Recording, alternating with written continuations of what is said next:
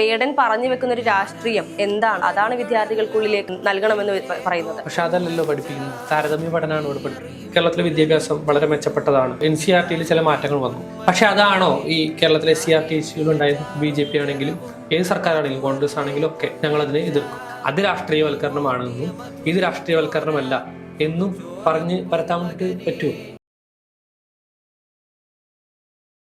മറ്റ് ക്യാമ്പസ് തല പ്രവർത്തനങ്ങൾ അല്ലാതെ തന്നെ നടക്കും. ക്യാമ്പസ് യൂണിയൻ തിരഞ്ഞെടുപ്പ് അങ്ങനെയുള്ള കാര്യങ്ങൾ നടക്കും. അതുകൂടാതെ ഈ വികസിത ഭാരതം എന്നുള്ള കൾച്ചർ അത് ഭാരതത്തിലെ യുവാക്കളിൽ ഉണ്ടാവും. കാരണം ഇന്ന് ഏറ്റവും കൂടുതൽ പോപ്പുലേഷൻ യുവാക്കളാണ്. ആ യുവാക്കൾ ഒന്നടങ്കം ഈ ഒരു ഐഡിയോളജിയുമായിട്ട് മുന്നോട്ട് പോകണം. നമ്മുടെ ഭാരതം ഇന്ന് അമേരിക്ക അല്ലെങ്കിൽ ചൈന എന്ന് പറയുന്ന സാമ്പത്തിക ശക്തികളുണ്ട്. അതിലും നമ്മൾ മുന്നേറിക്കൊണ്ടിരിക്കുകയാണ്. ആ മുന്നേറ്റത്തിന് ആക്കം കൂട്ടാൻ വേണ്ടിയിട്ട് വികസിത ഭാരതം എന്ന് പറഞ്ഞുകൊണ്ട് നമ്മളൊരു ഐഡിയോളജി അവർ മുന്നിലേക്ക് വയ്ക്കുകയും യുവാക്കളെ മൊത്തം അതിന് വേണ്ടിയിട്ടുള്ള എക്സ്പേർട്സ് ആവാൻ വേണ്ടിയിട്ട് ഈ ഭാരതത്തിലെ ഏറ്റവും നല്ല എക്സ്പേർട്സ് ആയിട്ട് യുവാക്കളെ ട്രെയിൻ ചെയ്യാൻ വേണ്ടിയിട്ടുള്ള പ്ലാറ്റ്ഫോമുകളായിട്ട് ഈ മുന്നോട്ട് പോവുകയാണ്. അതിൽ ഈ വർഗീയതയുടെ നെറേറ്റീവും ഒക്കെ മുങ്ങിപ്പോകുന്നുള്ളത് തീർച്ചയായിട്ടും നമുക്ക് ഉറപ്പാണ്. ദേശീയ വിദ്യാഭ്യാസ നയം അത് കൊണ്ടുവന്ന സമയത്ത് വിദ്യാർത്ഥികളുടെ അഭിപ്രായം ചോദിച്ചിട്ടല്ല, അല്ലെങ്കിൽ വിദ്യാർത്ഥികളുടെ അഭിപ്രായം എന്താണെന്ന് നോക്കാതെയാണ് ആ ഒരു നയം കൊണ്ടുവന്നത് എന്ന് പറയപ്പെടുന്നു. കേരളം എന്ന് പറയുന്നത് സ്വാഭാവികമായിട്ടൊരു ജനാധിപത്യപരമായിട്ടാണ് ഇപ്പോൾ നിലവിൽ പോയിക്കൊണ്ടിരിക്കുന്നത്. കേരളം നല്ല ഇന്ത്യ ആണെങ്കിലും. അപ്പോൾ ആ ഒരു രീതിയിൽ പോകുമ്പോൾ ഇങ്ങനെ ഒരു നയം വിദ്യാർത്ഥികൾക്ക് വേണ്ടി കൊണ്ടുവരുമ്പോൾ വിദ്യാർത്ഥികളുടെ അഭിപ്രായം മാനിച്ചില്ല എന്ന് പറയുന്നതിൽ അല്ലെങ്കിൽ അങ്ങനെ പറയുന്നതിനോട് എന്താണ് പറയാനുള്ളത്? എനിക്ക് തോന്നുന്നു ആ വിദ്യാഭ്യാസ നയം രൂപീകരിക്കുന്നതിൽ വിദ്യാർത്ഥികൾക്കും വലിയ രീതിയിലുള്ള പങ്കുണ്ടായിട്ടുണ്ട്. അതിൻ്റെ ഉദാഹരണമാണ് ഈ വിദ്യാഭ്യാസ നയം നടപ്പിലാക്കുന്ന സമയത്തുള്ള വ്യത്യാസങ്ങൾ. ഇന്ന് കേരളത്തിലെ വിദ്യാർത്ഥികൾ ഒട്ടനവധി പുറത്തു പോകുന്നുണ്ട് അല്ലേ? ഡൽഹി യൂണിവേഴ്സിറ്റിയിലേക്ക് മാത്രം നമുക്കുള്ള ഒഴുക്ക് നമുക്ക് നോക്കാം. കേരളത്തിൽ നിന്ന് 85,000 വിദ്യാർത്ഥികളാണ് ഡൽഹി യൂണിവേഴ്സിറ്റിയിൽ ഇത്തവണ പഠിക്കാൻ വേണ്ടിയിട്ടുള്ള ആപ്ലിക്കേഷൻ കൊടുത്തിട്ടുള്ളത്. മൊത്തം ആപ്ലിക്കേഷൻ വന്നത് 2.5 ലക്ഷം രൂപ. 2.5 ലക്ഷത്തിൽ 85,000 കേരളത്തിൽ നിന്നാണ്. എന്താ കേരളത്തിലെ യൂണിവേഴ്സിറ്റികളില്ലേ? എന്തുകൊണ്ട് ഡൽഹി യൂണിവേഴ്സിറ്റിയിൽ പോകുന്നു? ഇവർ പറയുന്ന ദേശീയ വിദ്യാഭ്യാസ നയം മോശമാണെങ്കിൽ, അല്ലെങ്കിൽ ആ വിദ്യാഭ്യാസ നയം ഫെയിലാണെങ്കിൽ സ്റ്റുഡൻസ് അവിടേക്ക് പോവുമോ?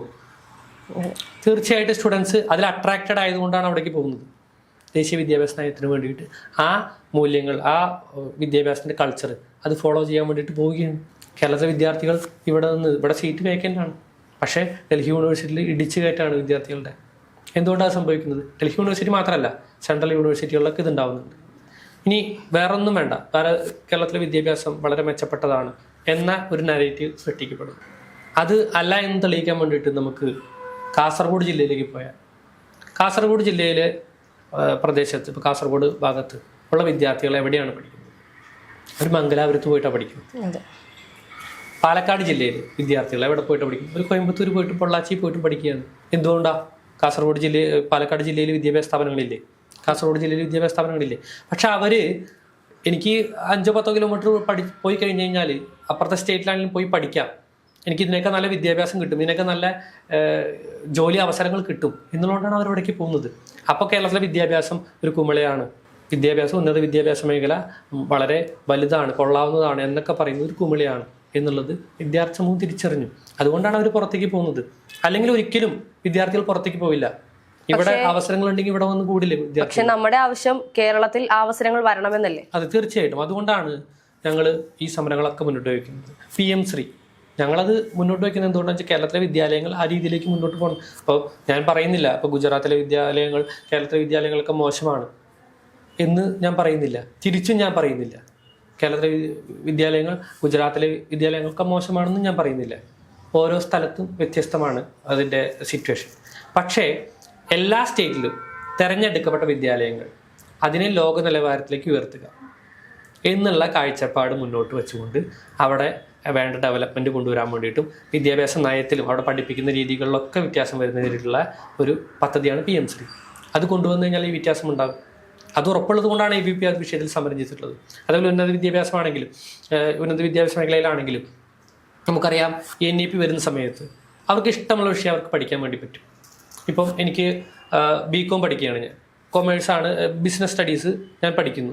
പക്ഷെ അതിൻ്റെ ഒപ്പം തന്നെ എനിക്ക് കെമിസ്ട്രി ഇഷ്ടമാണ്, കെമിസ്ട്രി പഠിക്കണം എന്നുള്ള അവസരം ഇതിലുണ്ട്. അപ്പോൾ അതുകൊണ്ട് വിദ്യാർത്ഥികൾക്ക് അത് ഇഷ്ടമാണ്, അവർക്ക് ഇഷ്ടമുള്ള വിഷയം പഠിക്കാൻ വേണ്ടി പറ്റും. ഇപ്പം നമ്മൾ തന്നെ ചിന്തിക്കാറില്ലേ പലപ്പോഴും, ഞാൻ ബോട്ടണി പഠിക്കുന്ന സമയത്ത് സുവോളജിയും കെമിസ്ട്രിയുമാണ് എനിക്ക് സബ്ബായിട്ട് സുവോളജിയും കെമിസ്ട്രിയും എനിക്ക് സബ്ബായിട്ട് പഠിക്കേണ്ടി വരും. പക്ഷേ എനിക്ക് ഡാൻസ് ഇഷ്ടമാണ്, അപ്പോൾ ഒരു സബ്ജക്റ്റ് എനിക്ക് ഡാൻസ് പഠിച്ചാൽ കൊള്ളാം എന്നുണ്ടെങ്കിൽ അത് പഠിക്കാനുള്ള അവസരമുണ്ടോ? പക്ഷേ ഈ ഉന്നത വിദ്യാഭ്യാസ നയം വരുമ്പോൾ അതിനുള്ള അവസരം കിട്ടുകയാണ്. ഇപ്പോൾ ഒരു ബോട്ടണി പഠിക്കുന്ന വിദ്യാർത്ഥിക്ക് അതിൻ്റെ കൂടെ ഡാൻസ് പഠിക്കാനുള്ള അവകാശം കിട്ടുകയാണ്. അപ്പോൾ അവർക്കും ഇഷ്ടമുള്ള മേഖലയിൽ അവരുടെ കഴിവ് തെളിയിക്കാൻ വേണ്ടിയിട്ട് ഉന്നത വിദ്യാഭ്യാസ മേഖലയിൽ ദേശീയ വിദ്യാഭ്യാസ നയം അവസരമൊരുക്കുകയാണ്. അതോടൊപ്പം തന്നെ ഡിപ്ലോമ ചെയ്ത് കഴിഞ്ഞു, എനിക്ക് പെട്ടെന്ന് ജോലിക്ക് പോകണം, അവർക്ക് എക്സിറ്റ് അടിച്ചിട്ട് പോയിട്ട് പിന്നെ വന്ന് ബാക്കി പഠിക്കാം. അപ്പോൾ ഈ വിദ്യാഭ്യാസ നയം വിദ്യാർത്ഥി സമൂഹം അംഗീകരിച്ചു എന്നുള്ളതാണ് ഞാൻ മനസ്സിലാക്കുന്നത്. ഇപ്പോൾ NCERT നിന്നും BJP ചരിത്രം എടുത്ത് മാറ്റിയ സമയത്ത് പ്രത്യേകിച്ച് യാതൊരു പ്രതികരണവും നടത്താത്ത ABVP ഇടത് സർക്കാർ നടത്തുന്ന മാറ്റങ്ങളിൽ അല്ലെങ്കിൽ വിദ്യാഭ്യാസത്തിൽ അല്ലെങ്കിൽ ആ ഒരു സിലബസിൽ വരുത്തുന്ന മാറ്റങ്ങളിൽ രോഷം കൊള്ളുന്ന പല രീതി നമ്മൾ കണ്ടിരുന്നു.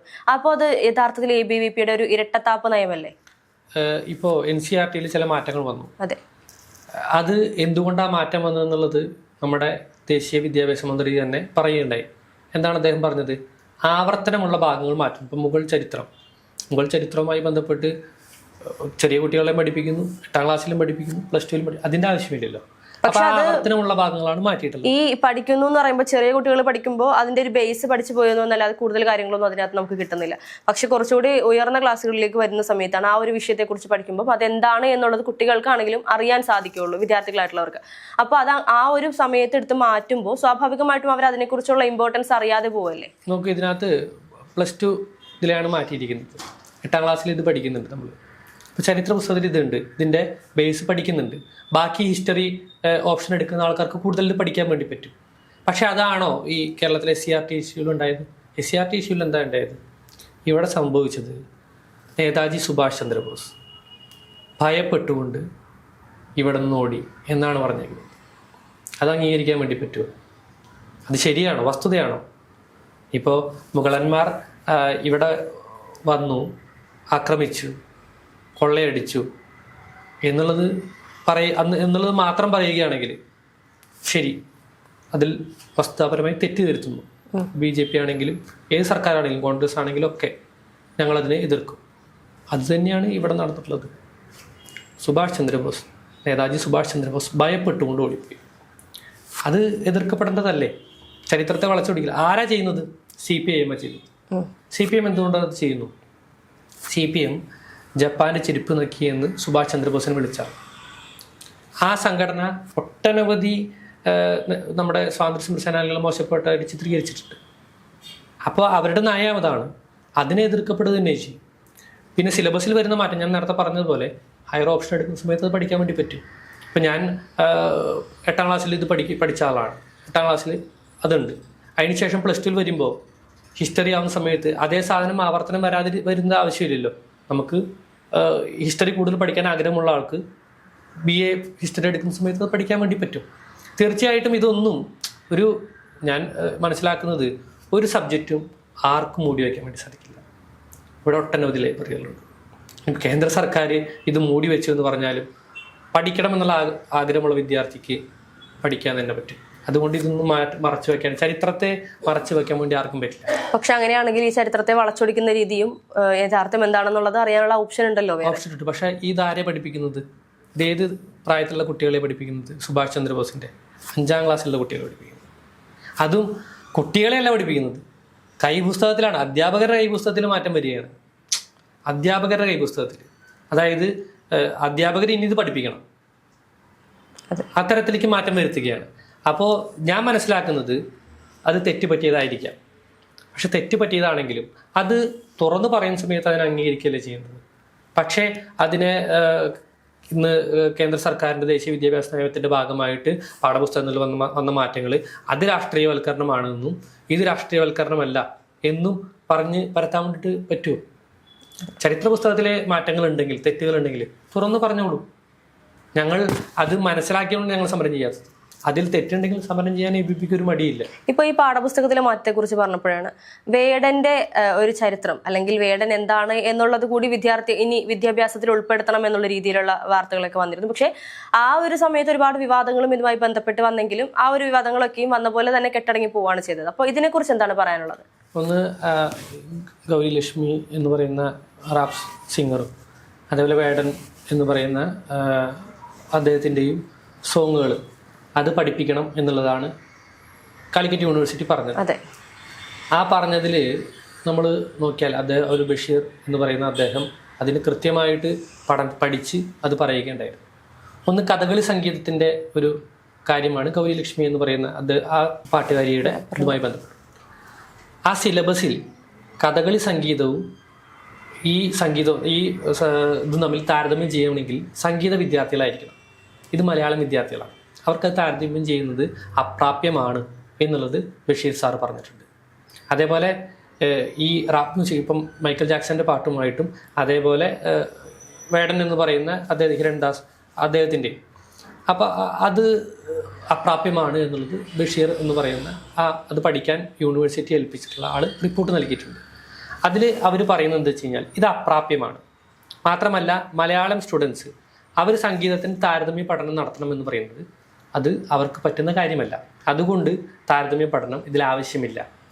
രണ്ടാമത് അതിനകത്ത് പറയുന്നത് ഈ ഇദ്ദേഹത്തിൻ്റെ വേടൻ എന്ന് പറയുന്ന ആള് പാടിയിട്ടുള്ള പാട്ടിൽ വസ്തുതാവിരുദ്ധതയുണ്ട്, അതും പഠിപ്പിക്കേണ്ടതില്ല എന്ന് അദ്ദേഹമാണ് പറഞ്ഞിട്ടുള്ളത്. പക്ഷേ ഇത് വിദ്യാഭ്യാസം അല്ലെങ്കിൽ ഈ പറഞ്ഞ സർവകലാശാലയിൽ പാഠ്യപദ്ധതിയായി ഉൾപ്പെടുത്തണമെന്ന് പറയുമ്പോൾ വേടൻ പറഞ്ഞു വെക്കുന്ന ഒരു രാഷ്ട്രീയം എന്താണ്, അല്ലെങ്കിൽ അവരുടെ ഒരു ഒരു സമൂഹത്തിന് വേണ്ടി എന്താണോ വേടൻ പറഞ്ഞു വെക്കുന്നത് അതാണ് വിദ്യാർത്ഥികൾക്കുള്ളിലേക്ക് നൽകണമെന്ന് പറയുന്നത്. പക്ഷെ അതല്ലല്ലോ പഠിപ്പിക്കുന്നത്, താരതമ്യ പഠനമാണ് ഇവിടെ പഠിപ്പിക്കുന്നത്. സിമ്പിളായിട്ട് നമുക്ക് മനസ്സിലാക്കാൻ വേണ്ടി സാധിക്കും. കാരണം അതിൽ പഠിപ്പിക്കുന്നത് താരതമ്യ പഠനമാണ്, സംഗീതത്തിന്റെ താരതമ്യ പഠനമാണ് മലയാളം സ്റ്റുഡൻസിന്. ഞാൻ അത് പഠിപ്പിക്കുകയാണ്. ഇപ്പം ആ കവിത പഠിപ്പിക്കുന്നു, അതിലെ വരികൾ പഠിപ്പിക്കുന്നു, നമുക്ക് മനസ്സിലാക്കാൻ വേണ്ടി സാധിക്കും. പക്ഷെ അതല്ല പഠിപ്പിക്കുന്നത്. ഇപ്പോൾ കേരള യൂണിവേഴ്സിറ്റിയിൽ ഇപ്പോൾ ഇഷ്യൂ വന്നു അല്ലേ? കേരള യൂണിവേഴ്സിറ്റിയിൽ ഇഷ്യൂ വന്ന സമയത്ത് അത് AI തയ്യാറാക്കിയ ഇതാണ്, ചരിത്രമാണ്. അതെങ്ങനെയാണ് ശരിയാകുന്നത്? അപ്പോൾ അധ്യാപകർ പോലും ഇപ്പം എന്താ ചെയ്യുന്നത്, സിലബസിൽ ഉൾപ്പെടുത്താൻ വേണ്ടിയുള്ള കാര്യങ്ങൾ ChatGPT-യിൽ പഠിപ്പിക്കുക. അപ്പോൾ ഇതിനൊന്ന് അംഗീകരിക്കണം എന്ന് പറഞ്ഞാൽ അത് സമ്മതിച്ചു കൊടുക്കാൻ പറ്റണമെന്നില്ല. കാരണം എന്ന് വെച്ച് കഴിഞ്ഞാൽ ഇപ്പോൾ കാലിക്കറ്റ് യൂണിവേഴ്സിറ്റിയിൽ ഒരു ഇഷ്യൂ ഉണ്ടായി, അവർ പഠിക്കാൻ വേണ്ടിയിട്ട് ഒരാളെ ഏൽപ്പിച്ചു, അവരത് പഠിച്ചു, അതിൻ്റെ റിപ്പോർട്ട് കൊടുത്തു. അതിനെ അംഗീകരിക്കണം. ആ പഠിച്ച് കഴിഞ്ഞ ശേഷം എന്തുകൊണ്ടാണ് അത് വേണ്ട എന്ന് പറയുന്നത് കൃത്യമായിട്ട് അദ്ദേഹം പറഞ്ഞിട്ടുണ്ട്. ഈ താരതമ്യ പഠനം മലയാളം വിദ്യാർത്ഥികൾക്ക് ആവശ്യമില്ല, അല്ലെങ്കിൽ അവരുടെ സിലബസിൽ അതുകൂടാതെ അദ്ദേഹം പറഞ്ഞൊരു കാര്യം കൂടിയുണ്ട്. ആ സിലബസിൽ മൊത്തത്തിൽ ആവശ്യമില്ലാത്ത കുറച്ച് കാര്യങ്ങളുണ്ട്, അല്ലെങ്കിൽ അതിൽ ബുദ്ധിമുട്ടുള്ള കുറച്ച് കാര്യങ്ങളുണ്ട്. ആ സിലബസ് തന്നെ ഒന്നുകൂടി റീചെക്ക് ചെയ്യണം എന്നുള്ളതാണ് ബഷീർ സാറ് പറഞ്ഞിട്ടുള്ളത്. അപ്പം ഈ ബഷീർ എന്ന് പറഞ്ഞ ആളുടെ രാഷ്ട്രീയം എന്താണ്? സംഘപരിവാർ ആണോ? അല്ല. അദ്ദേഹം എൻ്റെ ഒരു അറിവിൽ അദ്ദേഹം കോൺഗ്രസ് അനുഭാവമാണെന്നാണ് ഞാൻ മനസ്സിലാക്കുന്നത്. ഇനി അദ്ദേഹത്തിൻ്റെ രാഷ്ട്രീയം എന്തും ആയിക്കോട്ടെ, പക്ഷേ അതിൽ പറയുന്ന കൃത്യമായിട്ട് ഇതാണ്: സംഗീതത്തിൻ്റെ താരതമ്യ പഠനം അത് ഈ സ്റ്റുഡൻസിന് അപ്രാപ്യമാണ്, അതുകൊണ്ട് അത് ആവശ്യമില്ല. ABVP അത് പഠിപ്പിക്കേണ്ട എന്നുള്ള കാര്യത്തിൽ ABVP ആദ്യം മുന്നോട്ട് വന്നിരുന്നില്ല. പക്ഷേ ഈ റിപ്പോർട്ട് വന്നതിന് ശേഷമാണ് ABVP പറഞ്ഞിട്ടുണ്ട് ഇത് ആവശ്യമില്ലാത്തതാണെന്ന് റിപ്പോർട്ട് വന്നിട്ടുണ്ടെങ്കിൽ, അതിൽ കണ്ടന്റ് ഉണ്ടെങ്കിൽ, കഴമ്പുണ്ടെങ്കിൽ അത് ഒഴിവാക്കണം എന്നുള്ളതാണ് ABVPയുടെ അതിനകത്ത് അഭിപ്രായം. ഓക്കെ, അപ്പോൾ ഇത്രയും വിലപ്പെട്ട സമയം നമുക്ക് വേണ്ടി തന്നതിന് താങ്ക് യു.